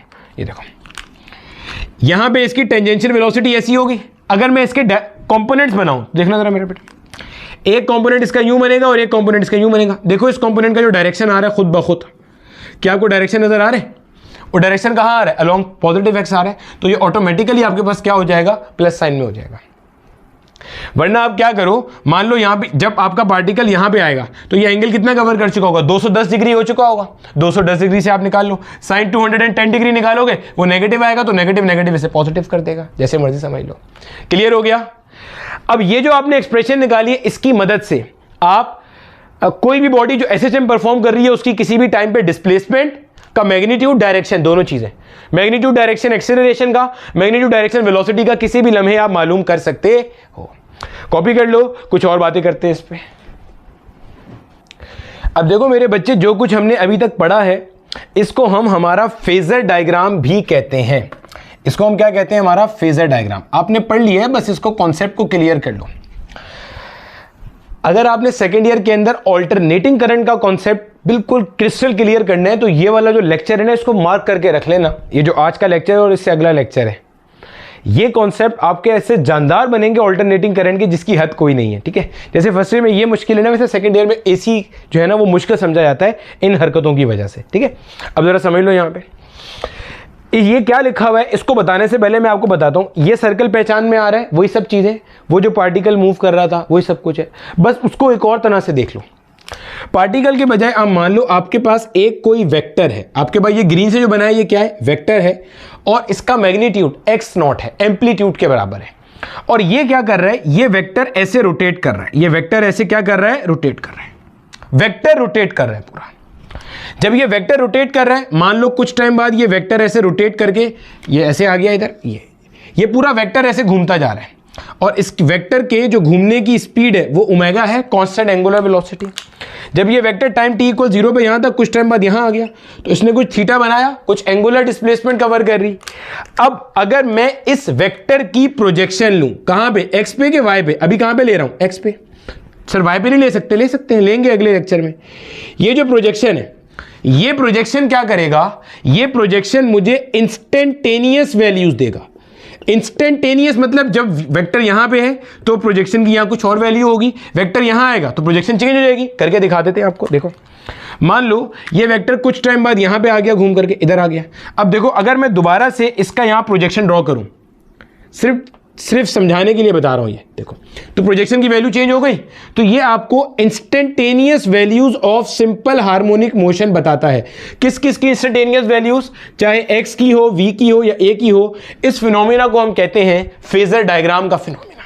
क्लियर हो गया? तो फेजर डायग्राम क्या है? एक रोटेटिंग वेक्टर कि आप किसी भी लम्हे उसका जब प्रोजेक्शन लोगे एक्स एक्सिस पे या वाई एक्सिस पे, वो बताएगा इंस्टेंटेनियस वैल्यूज ऑफ एसएचएम। कैसे बताएगा वो मैं बता देता हूं। कैसे बताएगा भाई, रोटेटिंग वेक्टर है, आपको उसका पता चल जाएगा थीटा। एक बार थीटा पता चल गया, यहां लाके पुट करो डिस्प्लेसमेंट आ गई, यहां लाके पुट करो एक्सेलरेशन आ गया, यहां लाके पुट करो वेलोसिटी आ गई। तो फेजर डायग्राम क्या है, एक रोटेटिंग वेक्टर जिसका projection on x axis will tell you the instantaneous values of a and v. और अगर आपने अभी नोट किया हो तो हमने जो बिल्कुल बेसिक इक्वेशन पढ़ी थी वो एक्स नॉट इक्वल्स ये x not into cos theta equals x वाली पढ़ी थी, जिसको मैं उर्फे आम में कह सकता हूं cos theta is x divided by x not. यहीं से आगे मैंने ए भी ड्राइव किया, यहीं से आगे मैंने वी भी ड्राइव किया। तो क्या फेजर डायग्राम का कॉन्सेप्ट समझ में आया? फेजर क्या है, एक रोटेटिंग वेक्टर जिसका प्रोजेक्शन परछाई हर लम्हे एक्सिस के ऊपर इंस्टेंटेनियस उस लम्हे की वैल्यू एसएचएम की बता रहा है, चाहे वो एक्स की हो, वी की हो या ए की हो। ये था मेरे भाई फेजर डायग्राम। वाई वाली हम इसके बाद में पढ़ेंगे। क्लियर हो गया? चलो कॉपी कर लो, आगे चलते हैं। जैसे मिसाल के तौर पे अगर ये इतना रोटेट किया कि यहां पे थीटा आपके पास 60 डिग्री है। अच्छा एक चीज और ध्यान में रखना, ये थीटा टी और ओमेगा टी सब एक ही चीज है, अलग कुछ भी नहीं है। देखो भाई अगर हम बात करते हैं time t equal t by 4, जब पार्टिकल आपका यहां है तो पता है ना थीटा कितना हो चुका होगा, 90 डिग्री। कैसे पता चला आपको भाई? ऐसे पता चला ना, ओमेगा इंटू टी, ओमेगा क्या है 2 pi by T multiply by T कितना है टी बाय 4, टी से टी मर गया, क्या बनता है पाई बाय 2 रेडियंस। रेडियंस से डिग्री में कैसे जाते हैं 180 बाय पाई से मल्टीप्लाई करके, ये और ये चला गया, क्या बना 90 डिग्री। तो ओमेगा टी टी थीटा एक ही चीजें हैं भाई ये सारी की सारी। तो आपको बस ये पता होना चाहिए, टाइम पता चल जाए, ओमेगा टी पता चल जाए, थीटा पता चल जाए, यहां लाके पुट करेंगे और आपको इंस्टेंटेनियस वैल्यूज एसएचएम की पता चल जाएंगी।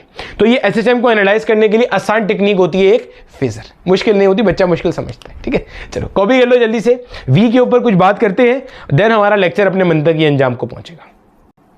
अब देखो मेरा बेटा, आप लोगों ने ये थोड़ी देर पहले हमने ये दो एक्सप्रेशन ड्राइव की थी। अब मैंने क्या करना है, ये साइन थीटा की जो वैल्यू यहां से निकाली हुई है ना, इसको इसमें पुट कर दूंगा लाके। तो v will be equal to minus का x not omega plus minus under root x not square minus का एक्स स्क्वायर बटे में आ गया एक्स नॉट का स्क्वायर। सही हो गया? देखो ये प्लस माइनस से मल्टीप्लाई होगा तो ऑटोमेटिकली ये वापस क्या बन जाएगा, प्लस माइनस ही बन जाएगा। क्यों भैया? देखो एक बार पहले यहाँ माइनस था ना, यहाँ प्लस माइनस था। देखो माइनस प्लस जा माइनस, माइनस माइनस जा प्लस। भाई माइनस यहाँ पे था, यहाँ प्लस माइनस था, एक बार माइनस प्लस से मल्टीप्लाई होगा तो माइनस प्लस जा माइनस, फिर माइनस माइनस से मल्टीप्लाई प्लस, यही चीज बन जाएगी। यानी कि ये बन जाएगा v will be equal to plus minus x not omega, ये आ गया मेरे पास एक्स नॉट स्क्वायर माइनस का एक्स स्क्वायर बटे में आ गया एक्स स्क्वायर। अगर मैं एक्स नॉट को रूट के अंदर भेजना चाहूं तो मेरा बेटा क्या बन जाएगा, plus minus omega as it is, ये हो जाएगा एक्स नॉट का स्क्वायर और ये बन जाएगा एक्स नॉट का स्क्वायर माइनस का एक्स स्क्वायर बटे में आ जाएगा एक्स नॉट स्क्वायर, यही बनेगा। अरे भैया इसको मैंने अंदर भेज दिया ना, अगर कहीं लिखा है वाई तो इसे मैं लिख सकता हूं अंडर रूट वाई स्क्वायर, भाई स्क्वायर से रूट मर जाएगा, ये वाई लिखा है इसका मतलब, तो यही तो हो गया। एक्स नॉट को अंदर भेजा एक्स नॉट स्क्वायर, ये और ये मर गया। मेरे पास वी का वैल्यू क्या आता है, plus minus under root x not square minus का एक्स स्क्वायर। ये है हमारे पास वेलोसिटी डिस्प्लेसमेंट की एक्सप्रेशन। बच्चे जिस तरह हमने इससे प्रीवियस लेक्चर में एक fx ग्राफ पढ़ा था जो ऐसे स्ट्रेट लाइन था, ओरिजिन से पास कर रहा था, मीन पॉइंट से पास कर रहा था, ओरिजिन से कहना ज़्यादा बेहतर नहीं है। एक ax ग्राफ था, वो भी ऐसे मीन पॉइंट से पास कर रहा था, इसका स्लोप हमने देखा था नेगेटिव फोर्स कांस्टेंट है, इसका स्लोप देखा था नेगेटिव ओमेगा स्क्वायर। अब हमने क्या करना है, इसकी मदद से ग्राफ प्लॉट करना है वेलोसिटी का और डिस्प्लेसमेंट का, और इससे रिलेटेड माजी में एक क्वेश्चन पूछा गया है, वो सॉल्व करेंगे। क्लियर है? अगर मैं दोनों साइड पे स्क्वायरिंग कर दूं तो वी स्क्वायर, यहां पे ओमेगा लिखना मैं भूल गया, गालिबन ओमेगा लिखा हुआ था। अगर मैं स्क्वायरिंग करूंगा तो v square will be equal to omega square, bracket में आ जाएगा एक्स नॉट स्क्वायर माइनस का एक्स स्क्वायर। ओमेगा स्क्वायर को नीचे ले आएंगे तो v square upon omega square will be equal to x not square minus का एक्स स्क्वायर। एक्स स्क्वायर को वहां ले जाओ तो ये बनेगा वी स्क्वायर अपॉन में आ गया ओमेगा स्क्वायर प्लस का x square will be equal to x not का स्क्वायर। एक्स स्क्वायर के नीचे कुछ नहीं है, इसका मतलब 1 है, तो 1 का स्क्वायर लिख सकता हूं। ये 1 का स्क्वायर है, 12 नहीं है, 1 का स्क्वायर है। थोड़ा सा रीअरेंज कर रहा हूं तो ये बन जाएगा x square upon 1 square plus v square upon omega square will be equal to x not का स्क्वायर। ये जो एक्सप्रेशन आई है वेलोसिटी डिस्प्लेसमेंट को मैंने अरेंज करके लिखा, ये मेरा बेटा जो कर्व बनता है हमारे पास एलिप्स बनता है। जैसे जब आपने प्रोजेक्टाइल मोशन पढ़ा था, आपने कहा था ये जो प्रोजेक्टाइल की ट्रेजेक्ट्री होती है वह पैराबोलिक इन नेचर होती है।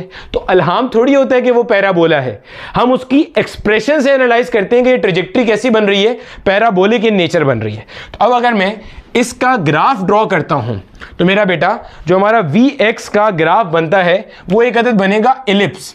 सर एलिप्स क्या होता है? आसान तरीन जबान में एलिप्स एक ऐसी आलू जैसी शक्ल को कहते हैं, ये है एलिप्स, दिस इज एलिप्स, ठीक है। और ये जो आपने ग्राफ बनाया था बेटे, ये वी एक्स कर्व है, ये आपका है plus x not positive amplitude वाला पॉइंट, ये आपके पास है माइनस एक्स नॉट। यहां पे मेरा बेटा आपके पास है ये एक्स इक्वल टू 0 है। अब अगर मुझे मैक्सिमम डिस्प्लेसमेंट मैक्सिमम वेलोसिटी चाहिए, आपको ये बात पता है वेलोसिटी मैक्सिमम कब होती है? जब डिस्प्लेसमेंट मिनिमम होती है, क्योंकि मीन की तरफ आते हुए वेलोसिटी बढ़ती है। तो एक्स इक्वल 0 पे निकालेंगे तो v will be equal to plus minus x not omega answer में आ रहा होगा। देखो एक्स की जगह 0 पुट करेंगे तो ये बन जाएगा अंडर रूट एक्स नॉट का स्क्वायर, स्क्वायर से रूट मर जाएगा तो plus minus omega x naught आ रहा है। यहां पे आपके पास आ रहा है प्लस ओमेगा एक्स नॉट, यहां पे आपके पास आएगा माइनस ओमेगा एक्स नॉट। और वेलोसिटी मिनिमम कहां पे होती है? एक्सट्रीम पॉइंट पे होती है। एक्स की जगह एक्स नॉट पुट करोगे, पता है ना ये बात, पढ़ चुके ना भाई। एक्सट्रीम पे जाते हुए वी कम होता है क्योंकि फोर्स रिवर्स सिंप में लग रही होती है, बॉडी वहां जा रही होती है, या ऐसे जब जा रही है एक्सट्रीम की तरफ तो फोर्स यहां लग रही है मीन की तरफ, बॉडी वहां जा रही है, वी कम हो रहा है, ठीक है। तो आपके पास ये तो आ गई मैक्सिमम वेलोसिटी। मैक्सिमम वेलोसिटी होती है एट मीन पोजीशन, और आपके पास जो मिनिमम वेलोसिटी होती है which will be v equal to 0, वो कहाँ होती है? एक्सट्रीम पॉइंट पे। यही वजह है कि आपकी काइनेटिक एनर्जी भी 0 होती है एक्सट्रीम पॉइंट के ऊपर, और ये आपके वेलोसिटी कैसी आ रही है? मिनिमम आ रही है, ठीक है। अब यहां पे ना मेरा बच्चा एक और मसले वाली बात है, ये तो एलिप्स तो बन गया, अब इसके अंदर जरा प्रॉब्लम समझो। जब आप देखोगे ना डिस्प्लेसमेंट एक्स इक्वल 0, अब एक्स इक्वल 0 पे देखो आप दो वैल्यूज पढ़ सकते हो, एक ये पढ़ सकते हो, ये देखो मसला समझना जरा। जब हमने हमारा एफ एक्स वाला ग्राफ देखा था, एफ एक्स वाला ग्राफ ऐसे था, यानी कि अगर ये डिस्प्लेसमेंट है तो इसके अगेंस्ट में एक ही फोर्स की वैल्यू है जो आपने पढ़नी है। ये डिस्प्लेसमेंट है तो इसके अगेंस्ट में एक ही फोर्स की वैल्यू है। यहां ऐसा नहीं है, यहां देखो अगर हम इस डिस्प्लेसमेंट की बात करें तो इसके अगेंस्ट में ये वैल्यू भी आ रही है, ये वैल्यू भी आ रही है, ये भी आ रही है, ये भी आ रही है। आप कौन सी वैल्यूज पढ़ोगे सोचो। तो मेरा बेटा जब आपके पास आपकी बॉडी, अच्छे से देखना और समझना, देखो बेटा आपके पास दो एक्सट्रीम पॉइंट्स हैं, एक ये वाला एक्सट्रीम है, एक ये वाला एक्सट्रीम है, यहां पे मीन पॉइंट है। जब मेरा बेटा आपकी बॉडी ऐसे मूव कर रही है, माइनस एक्सट्रीम से प्लस एक्सट्रीम की तरफ जा रही है, तो आपकी वेलोसिटी का direction along positive x axis है, तो आपने एलिप्स में ऊपर वाली वैल्यूज पढ़नी है जो सारी पॉजिटिव वैल्यूज है। जब आपकी बॉडी ऐसे मूव कर रही है, पॉजिटिव एक्सट्रीम से नेगेटिव एक्सट्रीम की तरफ जा रही है, तो आपने एलिप्स के लोअर सेक्शन की वैल्यूज पढ़नी है। नहीं समझे? देखो समझो, कोशिश करो फील करने की कॉन्सेप्ट को।